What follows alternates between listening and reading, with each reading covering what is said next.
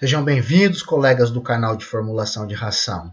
Essa é mais uma aula ainda sobre conceitos básicos em formulação de ração. Continuaremos tratando sobre unidades relativas. Deixa eu apresentar um problema para vocês aqui para a gente resolver. Olha a situação. Suponha a exigência diária de 16 gramas de proteína e de 300 quilocalorias. Além disso, considere o consumo de ração por dia como sendo de 105 gramas. Então, olha a situação que interessante. Para algumas categorias animais, isso é comum. Então, nós temos uma exigência de forma absoluta.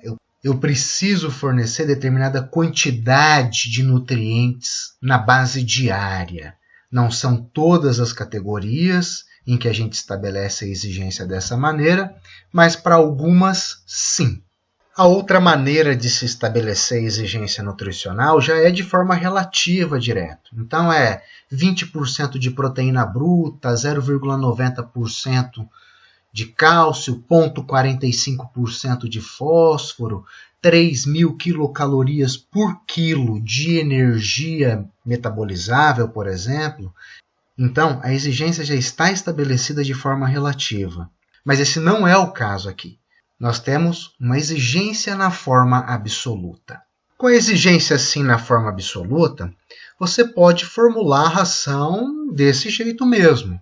Então, você iria montar um modelo matemático para totalizar 105 gramas, e dentro dessas 105 gramas iria atender a exigência de proteína bruta, que é de 16 gramas, e a de energia, que é de 300 quilocalorias. Só que, conforme nós vimos na aula anterior, eu recomendo trabalhar numa base padrão, trabalhar sempre em 100, porque isso ajuda a comparar fórmulas, ajuda o nutricionista a criar um referencial do que é normal para aquela categoria animal.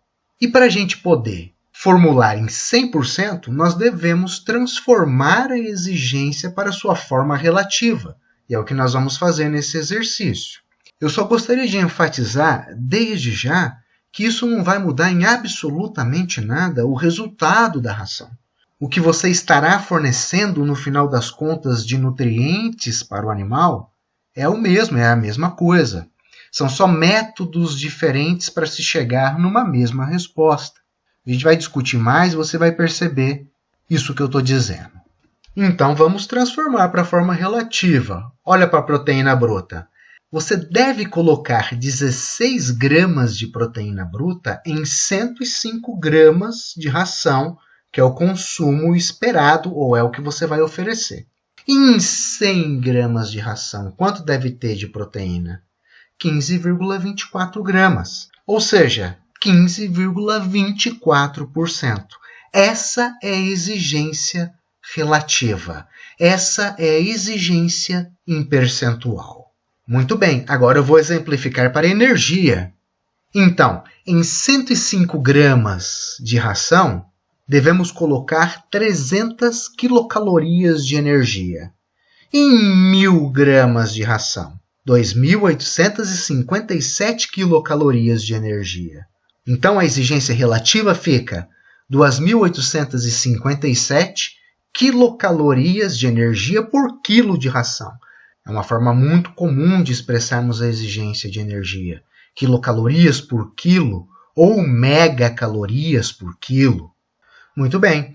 Então, agora nós temos a exigência relativa. 15,24% de proteína bruta, 2.857 quilocalorias por quilo de energia. Nós podemos formular a ração em percentual. Depois basta calcular em 105 gramas qual será o fornecimento. E nós iremos verificar que iremos atender exatamente a exigência. Então, está aí uma outra possibilidade de formulação. Formular de forma relativa, mesmo quando a exigência é comumente estabelecida de forma absoluta. Eu vou dar mais um exemplo e, ao final, eu faço essas contas para mostrar que o fornecimento será atendido.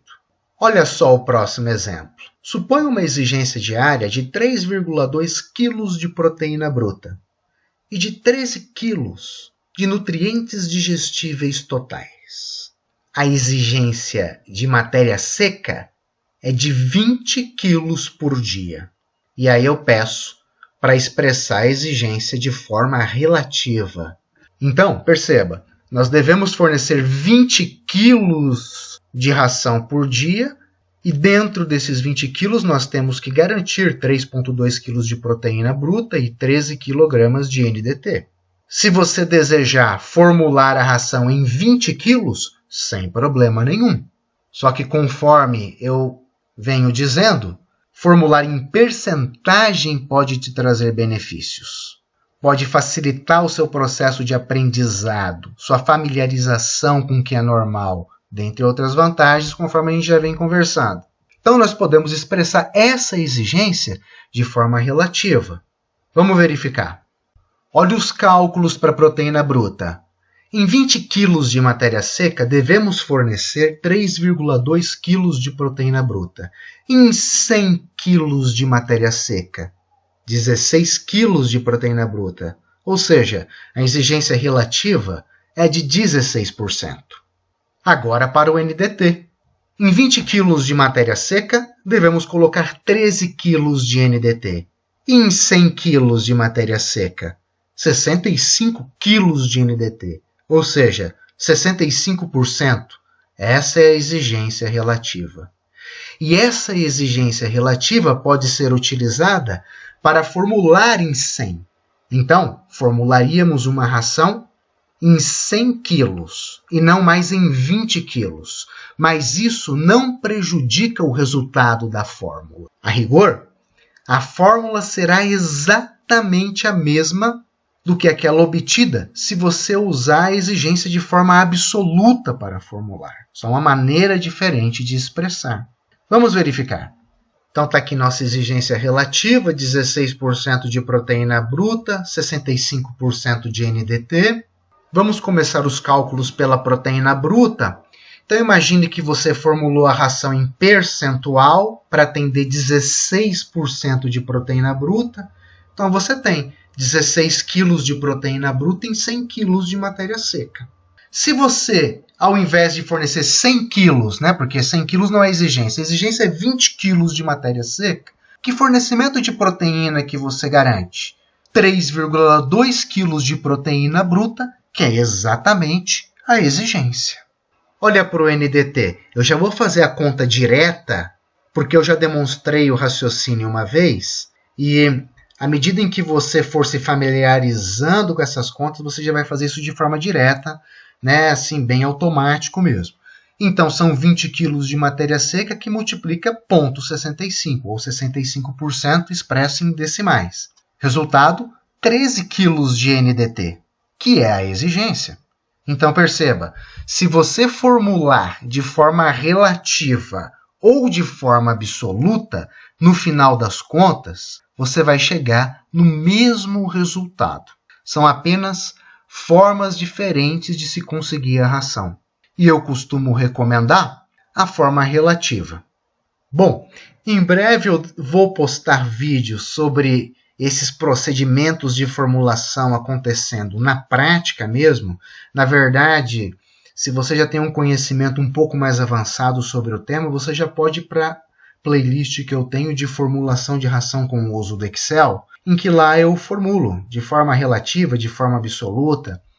Mas se você está começando, é melhor continuar a seguir assistindo aqui essas aulas mais introdutórias, que logo eu vou chegar em procedimentos de formulação de ração assim, utilizando a exigência de forma absoluta e utilizando a exigência de forma relativa. Você poderá entender isso melhor, observando de fato o procedimento de formulação.